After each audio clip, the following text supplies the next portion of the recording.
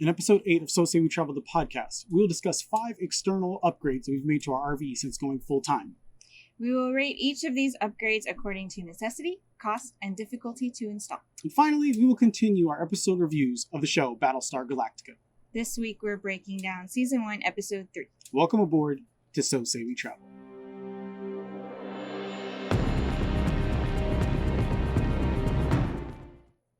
Hi, I'm Sean. Hi, I'm Charlie. And we are So Say We Travel. And this will be our 8th podcast episode. Yes. 8. 8. Chugging right along, Yes, chugging we right are. along. It's really, really cool. Really glad we've been able to keep up doing this. Yeah. But if you're just now joining us, the reason we're doing these podcast episodes, I like to say at the beginning, is I personally believe that experience is interchangeable with Knowledge. And so if we share our experiences, we are hopefully going to share our knowledge with you on everything we've learned so far on this journey, from researching what RV to buy, which led us to our decision with the Galactica, what truck to get to tow it, and so much more. We've had a lot of experiences with mistakes. Yes. And so hopefully by sharing our knowledge about the mistakes that we've made, hopefully you can avoid our pitfalls. Hopefully. Yeah. So last episode, we were happy to announce that we've completed our transition. Yep. We've went from sticks and bricks to full-time RV life. Yep. And we have now been living full-time in the Galactica for 3 weeks. 3 weeks. 3 weeks. So I'll give you an update on that and how that's going. You go ahead and go first. It's going really well, I think. Don't have any regrets at all. Loving the space, loving the just the convenience of everything. It's really, it's still a lot, taking it all in and getting used to it, but I think we're enjoying it a lot. And I don't have any complaints at all. Yeah, it's 3 weeks in. We've encountered not the highest of highs and not the lowest of lows, I don't think. Not yet, but yeah, it's getting up there. Yeah, for sure. We already ran into something. The other day we did an upgrade, which we'll talk about later, on the Galactica, and we had a plan for what we were going to do. We were going to jack it up, take off the tires, go down, have them swap out the wheels while leaving the Galactica in place, and we just realized that I was not. Didn't have the right tool. That was not working. And in the moment, we could have lashed out, but we both knew we had an objective we wanted to accomplish. So we actually, in record time, I would say, unhooked everything, yes. hooked the truck up, and it was like, we're just going to take the whole thing there, and they can do it there. We'll go into that in definitely. a little We'll bit. talk more about it, but I think that was one of the benefits. And we talked about this on our last episode about doing this beforehand. Yeah. We have learned over time that when you are trying to get things done with this, there's a lot of things that can go wrong. Right. And if you don't extend extra grace and extra patience to one another, it could get even worse. It can, yes. So I've learned that in these moments, like, focus on the objective. Things people saying getting frustrated, it's all frustration with the situation. It's not frustration with me. I'm not taking it personal. And so anytime I just take it like, what am I trying to accomplish? What's the best way to get to it? And then let's work together to get it done. Yeah, I definitely believe that it's a huge test to our relationship and how we handle things. Because, like you said, that situation could have gone easily really, really bad. And so I think that's really important when people decide to do this lifestyle, because it's a matter of things, breaking and falling apart and not going as planned. That can really be a test to, certain people's relationships. And so I think it's really important to know, how to handle those situations and know, like you said, not to take it out on each other. The situation is what it is. And it's really important that you both understand that and don't take it out on each other. Yeah. And this is not the first time we've experienced this. Like we've had this happen to us multiple times before in the past year, just taking weekend trips. So we have learned over time, like, to woosah. Be in the moment. What are we trying to accomplish? We're all on the same team here. Right. Yelling at each other and getting your frustrations out is not going to change the situation at all. So there's no point in it.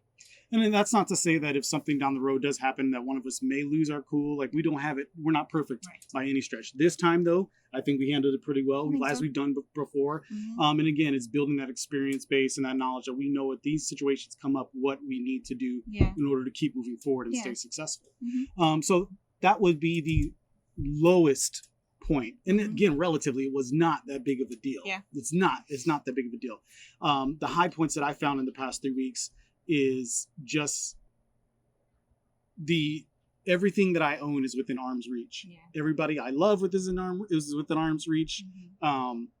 Like it's pretty cool. I've actually started taking the dogs out on walks 3 times a day. Mm-hmm. Gets me up early. I'm making the most use of I'm not sleeping in. I'm making the most of my days. Mm-hmm. Spending time with Maddie, meeting people around the park, new people every single time I go out, like talking to them. I just met our neighbors over there pretty recently. He was a Navy serviceman. We talked shop a little bit about military service. He was in the 80s, apparently worked on the newer F-18s. So it was really cool to hear his story. And that's the kind of stuff that you get. Yeah. With this lifestyle, you're liable to meet anybody from anywhere. The first night we got here, what was that gentleman's name? I can't remember. Oh, I don't remember. Yeah, and but he was just walking around, and he just walked up to us when we were hooking up for the first night, and was just like, and we weren't even living here. We were just dropping it off for the night, right? Yeah. Mm-hmm. Yeah, and he's had a nice long conversation with him about things. And 21-year-old young man from East Texas, and he figured out this early in the game. He sold everything, bought an RV. He's like, it's cheaper than paying rent anywhere in Texas right now. Yeah. So you meet those kind of cool people. You have those great experiences.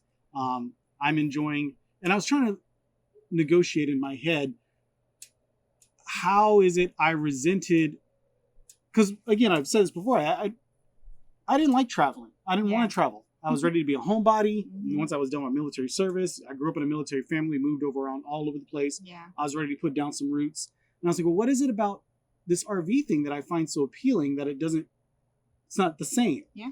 It's because when I was in the squad base in country, like you brought all your good stuff with you, not when you're deployed, like in the squad bay where you sleep in your bunk.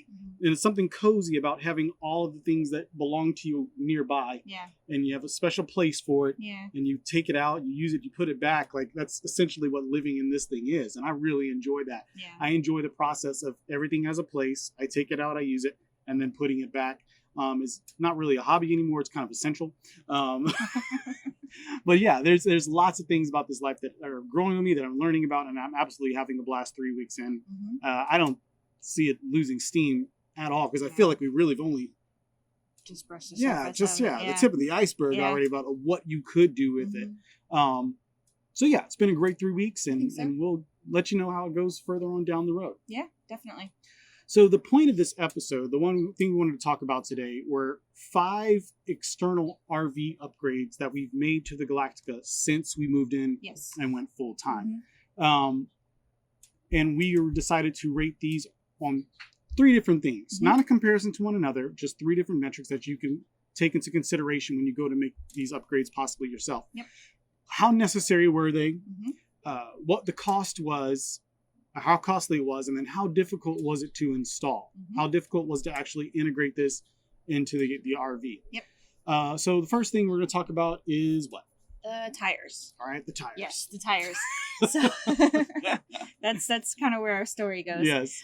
So the tires we both feel were the most necessary. We rate those as a 3. Yes. Hold on. Yes. So they're going to be a nice little chart that'll pop up in the video. Those of you on the podcast, when we say 3, we're rating on a scale of 1 to 3. In the video, you're going to see a little graphic of Cylon Centurion heads. So if you see 3 Cylon Centurion heads, that means it's either very necessary, very costly, or very difficult to install. And if you only see 1, it's going to be the opposite side of that. So just for future reference, we're using the scale of 1 to 3 Centurion heads. Okay. Keeping with the Battlestar theme. So yes, as far as necessity, they are definitely a 3. I don't know if you guys have heard, you're hearing stories and stuff like that, but trailer tires are kind of notorious for not being very good. And so we definitely wanted to replace those before we had to replace them. They fall apart really easy. They're not made in the US, so they're made fairly cheaply. They can get hot really quickly, and then it causes them to bubble up and tear. So a lot of times I've heard horror stories of people driving off the lot, and the first thing that blows is a tire. So we felt like we definitely wanted to upgrade those, first, like I said before it was necessary to replace them. So we, let's see, cost is also a 3 for that one. They are pretty expensive to replace, because we replaced all 4 of them. We went ahead, like I said, replaced them again because we felt like we needed to. before we had to. And then for installation, we rated it a 3 also. With an asterisk. With an asterisk, yes, because it wasn't difficult for us to install them, but the story to get there was kind of, that's where we're going. Okay, so I will just say in the very beginning, I suggested that we hook the truck up and take the trailer up there. And he was like, no, I'm going to do it this way. And so he wanted to jack it up, take 2 of them off, take it up there, put it down, and then jack it up again, take the other 2 and put it up there. So that was the plan when we woke up Friday morning to do that. I've changed tons of tires in my life. I was like, this can't be that difficult. I have the jack. I've got the jack stands. I'm ready to go. That, and I had not yet, this is my home. You know, I haven't, the idea of when you need to get repairs done to your home, taking your entire house somewhere and having someone work on it was just something at that point in time when I made this plan. Yeah. I just hadn't really wrapped my mind around. Like, that is something that I'm going to have to do and get used to. So when I was like, well, I can jack it up. So I watched the videos and I was like, I got all the stuff. I know what I'm doing. Picked up the breaker bar, picked up the torque wrench, but I already had the jack stands and I had the plan. I was ready to go. Only problem is that I had one of those normal car jacks. And so as you raise the jack on the car, it's, you know, the thing slides this way. That's how it goes vertical. I didn't have one of those piston jacks that go straight up. So trying to do that on these rocks where the Galactica's parked, not an option. We just didn't have the clearance. I couldn't stand it up. I couldn't put anything underneath it because it needed to roll to get higher. And we were running out of time with our appointment. And Charlie was like, you know, we could just cancel the appointment and reschedule. And I was like, no. We're going to do this is now. Happening today. We're getting these tires on here. We've got our appointment. We've already... Yeah, and so I was just like, you know what, let's do it. You know. So basically at one point we were like, we're gonna hook up the trailer. So that at that point it was like go mode. Yeah. You know, we had to switch it. We had to get the trailer ready to transport, which, as you know, is not something that can be done very quickly. Especially when all your stuff's inside. Just laid out. Just laid out everywhere. So I did it. I would say in I don't know, like 20 minutes probably. Yeah. I threw everything off the counters. I packed it in the best way that I could. And, you know, we unhooked everything and then we drove up there to the place to get the tires. Yes. And so and that was easy. It took them like 20. It took them 30 minutes. Yeah. Not even that. Like, so I guess we were both worried about them accommodating a trailer, you know, too. Yeah. You know, it's not something we've had to do, but they were just like, oh yeah, you're fine. You know, just come in. That is true. Yeah. Cause I mean, we were 30 minutes late for our appointment. I called them ahead of time and I told them, you know, look, you know, it just didn't go according to plan. We didn't get out there and out in time. And they're like, yeah, sure. It's no problem. Just come when you get here. That's fine. So we pulled up and like, you just back in the trailer like on one of their side bays and then it was a non-issue. Yeah. And I think that was another reason why I was kind of leery about taking the whole thing down there. I was like, I've been to Discount Tire before. Yeah. How would we even fit in there? I was like, you know, I'll just take the tires there. They'll just swap them out real quick. But it was mostly me just not wanting to take my whole home to this place that really led to that. But then again, it was super easy. They just put 4 jacks underneath all the axles, lifted it up, put it back on there. Like it was done. Like once we got it in there, it was 20 minutes. Yeah. If that. Yeah. Yeah. And that was included with the cost of the tires anyway. The installation, was it? Yeah. Did that change the price at all? No. So really, that's regardless, they charge you for installation anyways because they have to take the tire off the wheel. Yeah. And so that's part of the cost no matter what. So even if we had taken them up there. So it would just made more work for us to not take it up there. Hindsight is 20/20. Again, this is why we make these videos. Yes. So you learn and don't do the just same hook thing the thing that we up did. And take it over there. Just do it. You'll be fine. Discount Tire is awesome and they accommodate people like us all the time with trailers, so it's fine. So hopefully a little nugget of wisdom there for you. Charlie had it all figured out in the beginning. Apparently, it took me a little bit of living to learn. Like, yes. Anyway, so again, just recap on the tires. It was one external upgrade that we made to the RV since living in it full time. Came in at 3 Centurions for necessity, very necessary. Yes. We've been very fortunate. We've we traveled quite a bit over the past year on the factory tires, but I'd be lying if I said in my head I was not worried about having a blowout every single time I took it out. And not that it can't happen with these newer tires, but I really believe it's less likely. And then there's warranties on them. I mean, the tires that we got, they're rated for higher loads, for one. They're rated for higher speed as well. So those two factors alone, really make it a necessary upgrade. Yep. So again, sorry, we had necessity 3 Centurions, cost 3 Centurions. We paid for them. They're pretty good tires. They'll last a long time. Stay up on the maintenance. We got warranties to go with them.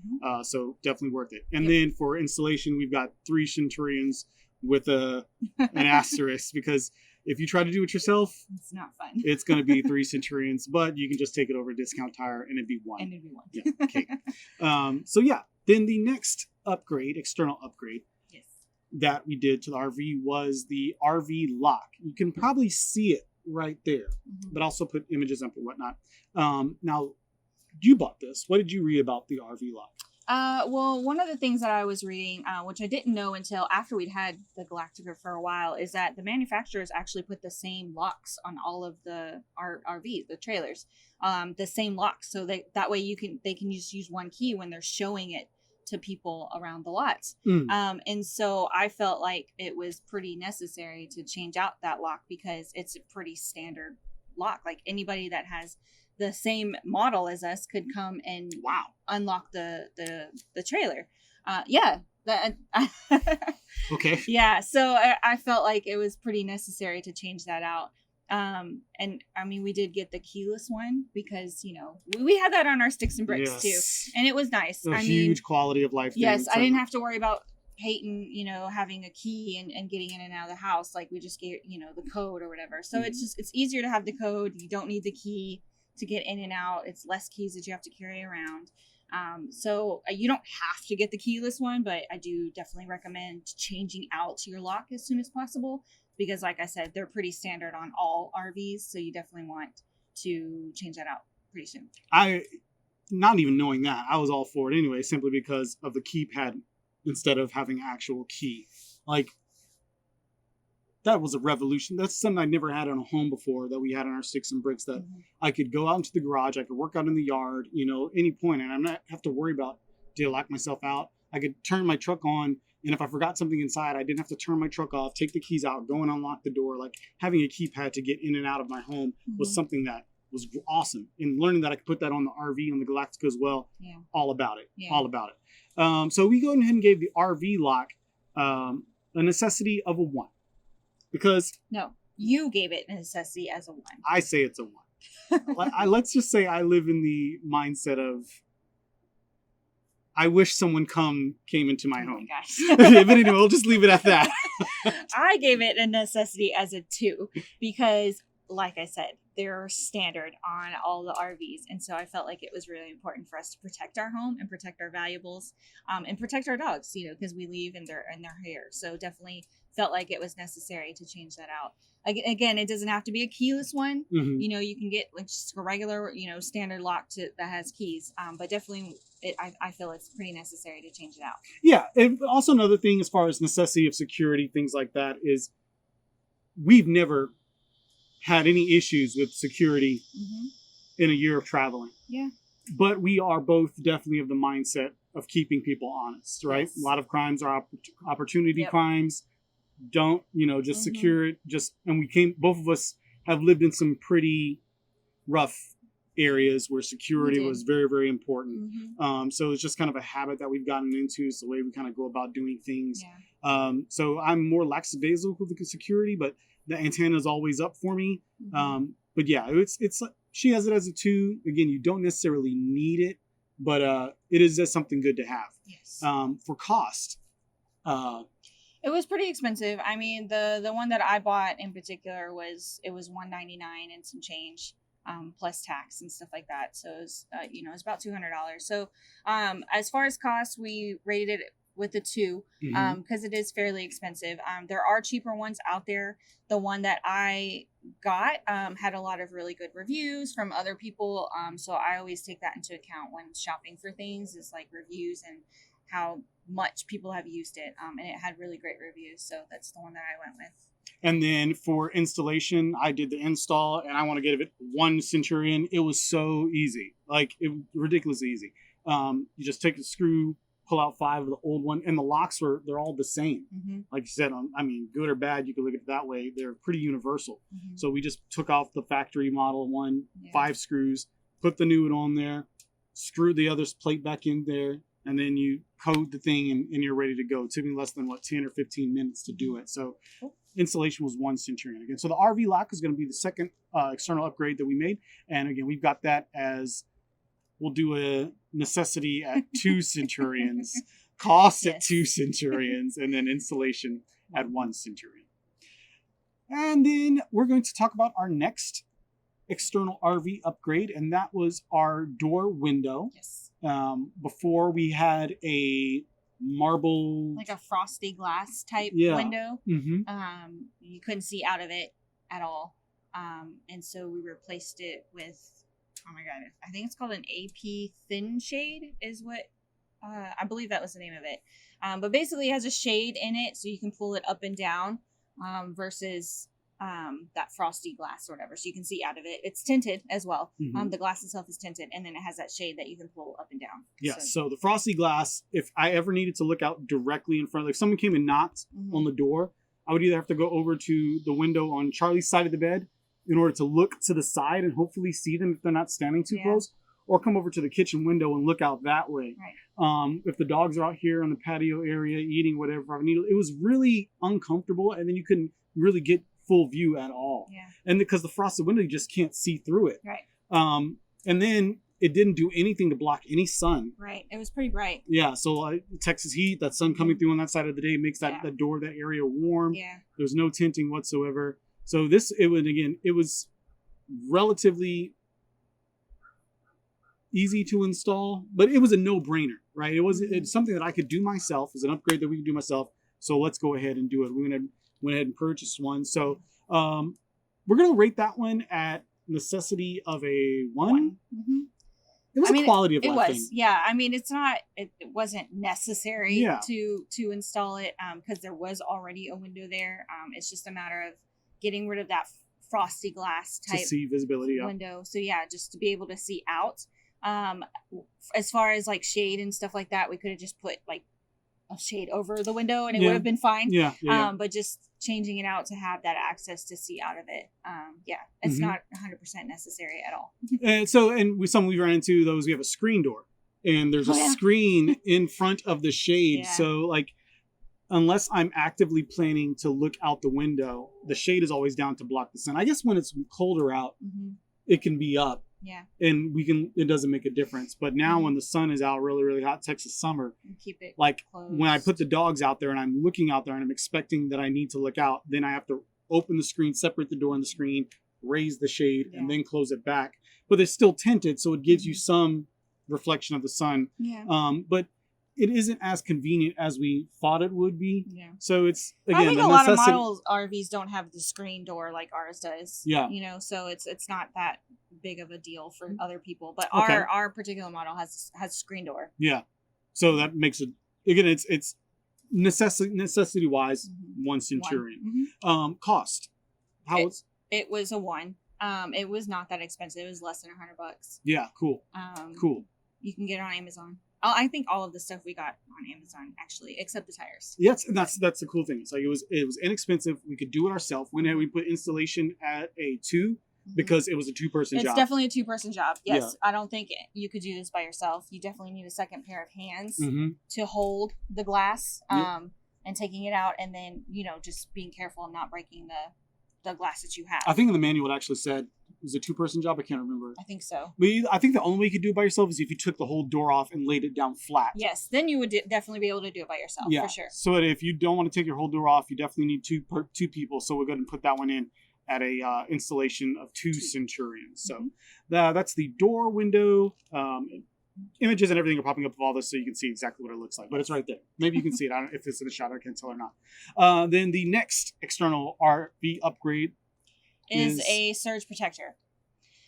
So I recently learned that all marketed surge protectors are not actually surge protectors. So you want to make sure that you get an actual surge protector. It can be marketed as one, but doesn't necessarily mean that it will protect you against a surge. So the one that we had on there was just a basic, it was labeled as a surge protector. We've seen them everywhere. Yeah. Everybody has them in their videos and they use them. And it's actually not a surge protector. You plug it in and it has the lights on it and it tells you whether or not the circuit is good. It'll tell you if there's like bad wiring or it's good electric, basically. And so that's what we've been using for pretty much the past year. But then I learned that it's not actually a surge protector. I mean, we bought it when we first bought the RV. So I definitely think that this one is a 3. It's definitely necessary to have a actual surge protector. It is more costly than the standard cheaper ones. I would expect to pay at least $200 or $300 for a good one. Because again, you are definitely going to need an actual surge protector, because if there is a surge in power, you want to make sure that your RV is protected, because if not, all that surge, goes through your RV and can destroy your entire RV. Everything can be totaled, so you definitely don't want that to happen. So we replaced it as soon as possible to an actual surge protector. We got the Progressive Industries, I think, EMS. So electrical management system. And then we had a 30 amp one because our trailer is a 30 amp one. So that's the one we purchased. You definitely, like, again, you just want to make sure that you're getting an actual surge protector. So be prepared to spend, a couple $100 for that. Yeah. I think the first one that we bought was less than $100. There you go. Yeah. And again, it's not actual protection. It just tells you if the wiring at that time is good. Yeah. But that can change, right? So especially Texas heat, right? We get these power surges through the grid all the time because people are, trying to cool their homes and stuff like that with the AC. We'll probably start seeing them pretty soon because it hasn't reached 100 degrees yet, but it is about to. So we always get those surges through the grid.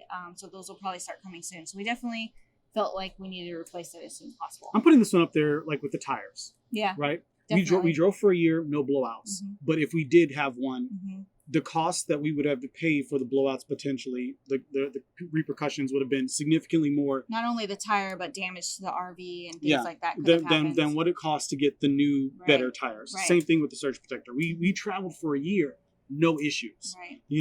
But you don't want to replace it. The cost of what you have to. Yes. And then there's a lot more of the costs incurred. Yeah.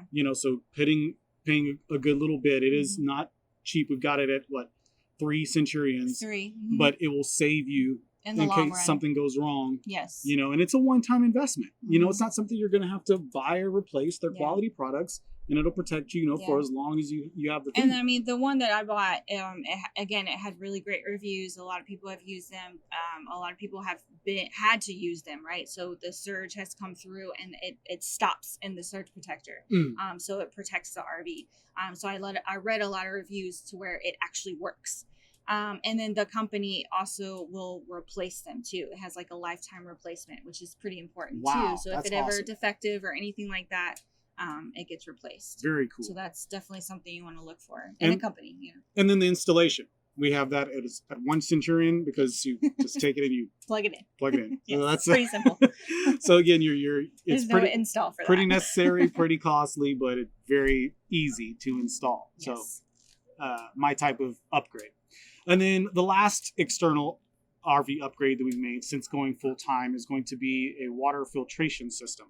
And I'm going to let Charlie talk all about that because honestly, to me, water is water. I can't understand this, but she's my wife and I love her, and if she sees wisdom in it, I felt like the water filtration system was important for a number of reasons. One, it's not environmentally friendly to be buying water bottles, once a week or twice a week if we have to, especially in the summer heat. Sure. Drinking all that water, it's not environmentally friendly, so we want to do that for that reason. And then also, where we're at has pretty hard water. And so all that sediment and stuff, flowing through the RV is not good. It can cause buildup. It can cause bursting, eventually later on down the road, when these pipes build up with all the sediment and minerals and stuff like that. And it's not healthy. We have, young children, so it's not healthy for them to be drinking all of the sediment and the minerals and things like that. The one that we bought actually has an extra like virus guard protection too. So it protects against like E. coli and stuff like that, which I didn't know could run into the water system, but hey, it at least we're protected against that. And I can definitely taste the difference. I'm a huge water drinker. I drink probably a gallon of water every single day. I've always been that way. So I can taste the difference in waters. I can buy 5 different water bottles and they will all taste different to me. I can taste the difference in the different types of water. And the water we have here is gross. It's disgusting and I couldn't drink it. So we were buying water bottles. But with this new system that we bought, I can taste the difference in the water. It just tastes so much better. It tastes so much more cleaner.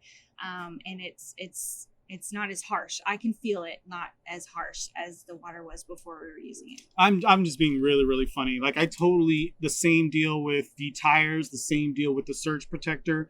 We definitely, even our sticks and bricks, we considered getting a hard water or a water softener simply just to protect your investment of your home, to protect the pipes. I mean, it never worked out for us to actually get it, but we definitely were in the market at one point.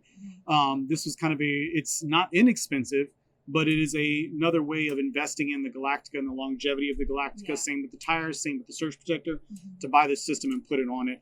Yeah, and so for the longest time, for the past year, we've been using the pretty standard, I'm sure everybody has some little blue pill looking one. And I mean, that was fine. It did its job. So it did, filter a lot of the water. I mean, we weren't just, hooking it directly up to the hose. So if that's all you can afford at the time, then that's definitely worth it just to get that one. But we felt like we were at a point where we could upgrade to a much better one. So because of I always say I literally drink well water in Afghanistan, and I was just like, it's great, it's delicious, it's hot, I'm thirsty, this is great, this is fine.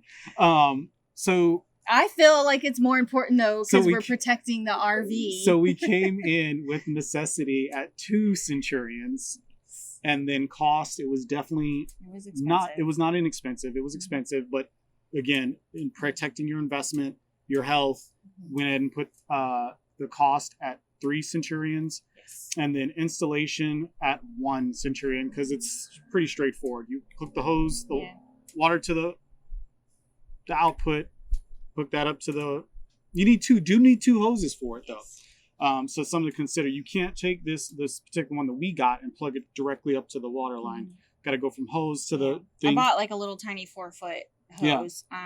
That was the smallest one I could find. They might come smaller, but that's to hook up to the faucet to the system, and then our long water hose, to hook up to the rest of it. And then the particular one that we got actually has this metal frame on it that's apparently bulletproof. Yes. I was like, what? I don't know why. I think people can install them onto their RVs. Yes. And I mean, ours just isn't designed for that, so you can do it. Yes. I think that's why it has that frame. Yeah, exactly. And so when it's hooked up to your RV, like it's a little harder for someone to come by and then in the moment to be tempted and walk away with it. Right.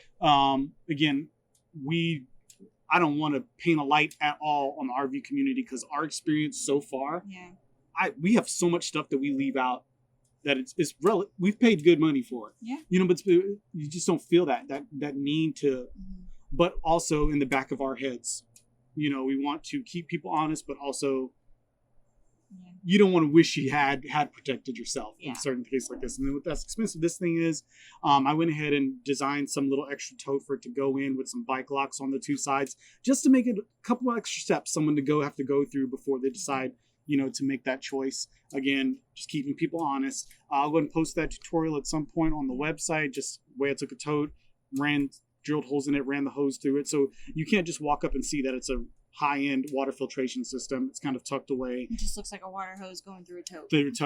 So again, it's pretty costly. Yeah. But yeah, again, the water filter, again, we've got 2 Centurions for necessity, 3 Centurions for the cost, and then 1 Centurion for the installation. Yeah. And those are our 5 external RV upgrades that we've made since going full-time in the Galactica. All right, so now it's that point of the show where we talk about some Battlestar Galactica. This week we're going to be reviewing Season 1, Episode 3, Bastille Day. It is, as we talk about the episode, you'll see why they chose that title. It's very, very fitting given the events that take place, but just for a bit of reference for those of you who may not be familiar. Bastille Day, according to History.com, is a holiday celebrating the storming of the Bastille, a military fortress and prison on July 14th, 1789, in a violent uprising that helped usher in the French Revolution.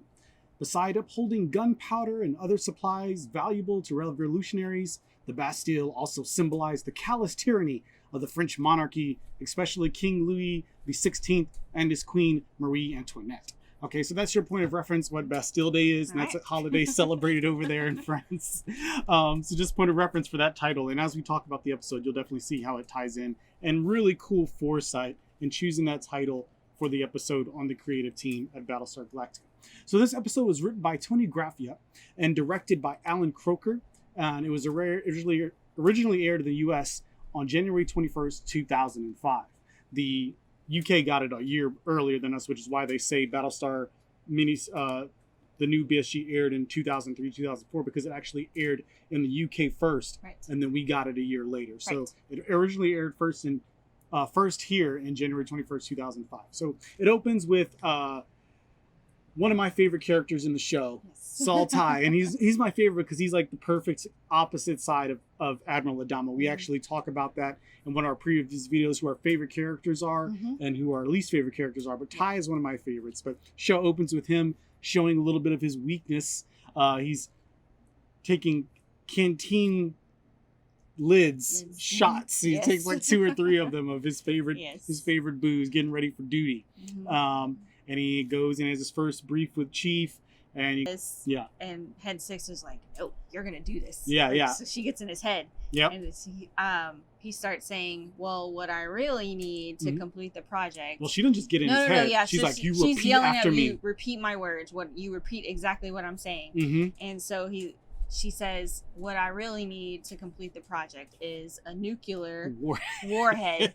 And he kind of pauses in the moment, but he's like, "Oh." And he says it. Adama's kind of like... He says it. And then she was like, "You take it from there. You figure out the rest of it." And so he puts 2 and 2 together in his own head, I guess. And he's a genius. He figures out exactly where she was going with that. And so that's another thing, too. Like, you're always confused about what Head 6 actually is to him. And one thing you do notice is that she doesn't tell him something he would not already know. Something he may not have seen and put in his subconscious, or something he wouldn't deduce with his own mind. And so you're sitting here and you're like, does Head 6 tell him that he needs a nuclear warhead?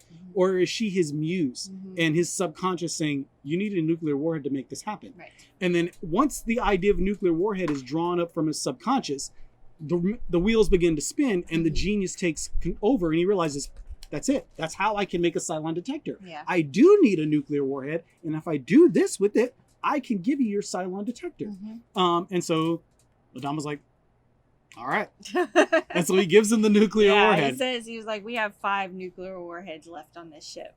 And so at first, you think he's not going to give it to him. like, "Oh, I guess he's not going to give it to me." But then Adama's like, "You'll get your warhead." Because it is important to Adama to know, again, that raises that last most important storyline. Who is a Cylon? They look like us, you know, and they have to address that. Overall, I really, really enjoyed this episode. I think it was a continuation of the last one, and the water conservation and the survival aspect of it, and then it introduces that human condition and how we treat one another, and how you treat people who... They say the mark of a real person's character is how you treat people who can do absolutely nothing for you.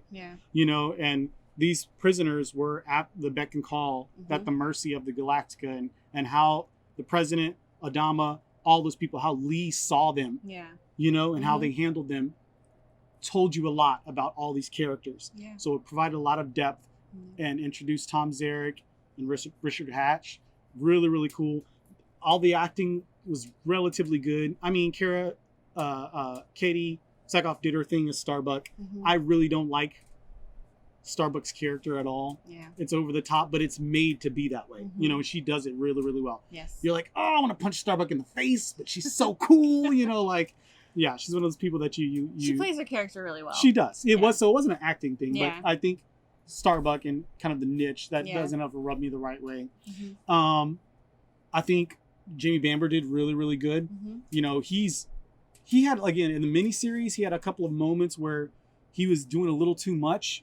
And I mentioned that in one of my critiques of the miniseries. But then in 33, where he had to shoot down the Olympic carrier, like, and then water after that, like, and in this episode, you could tell he settled into his role really quick. And he went at Edward James Olmos and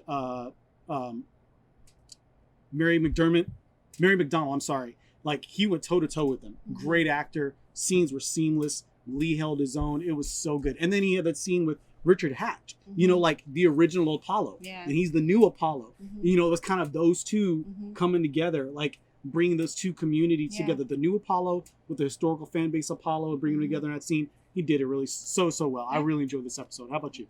Yeah. Yeah. I like the continuation of the story. I like how they kind of check the boxes of the questions that, you know, that you ask, like, well, how are they doing this? You know, how are they doing that? How are they taking care of 50,000 people in the middle of space? Yes. And so they definitely check those boxes off, and fill in all the gaps. There's no questions, you know, about how they do things, because I feel like they pretty much answer them, not all at once, obviously, but throughout the episodes. They answer all of the questions that you would ask, like, you know, how do they take care of all these people? How does it all come together? Certainly. So I think this is a good episode for that. And then I like how it kind of opened up the door for the future episodes as far as elections go, and definitely the implications certainly that they introduced with this one. Yep. I mean, the nuclear warhead, that the Cylon detector that he's giving to Gaius Baltar, who we know is being manipulated by Head 6. Right. You know, like, they set the groundwork for this one. There was a little bit of action, like the Marine team that came in that was supposed to storm and rescue. They really didn't do too much. No. It was just kind of just Starbuck and a couple of Marines with her. So there was a little bit of action. Again, when Apollo was down there in the prison, you know, like, he did some kung fu stuff with the gun and everything. So it was a little bit of action, but it was a nice mix to where it didn't feel as slow as Water did. Like, last episode, I was really, really slowed down. But then this one really dug in deep, got into that meat with a nice mix of action. Really well balanced episode. So hopefully you enjoyed this breakdown of Season 1, Episode 3, Bastille Day, Battlestar Galactica. Hopefully. And there'll definitely be more coming soon. Thanks for listening. Thanks for watching. We hope you enjoyed the show. If you did, please consider liking our video and subscribing to the video channel and podcast. We have absolutely loved building connections with the RV community and anyone else that is interested in this lifestyle. So if you'd like to connect with us, please follow us on Instagram or YouTube at So Say We Travel, or visit us at SoSayWeTravel.com. See you down the road.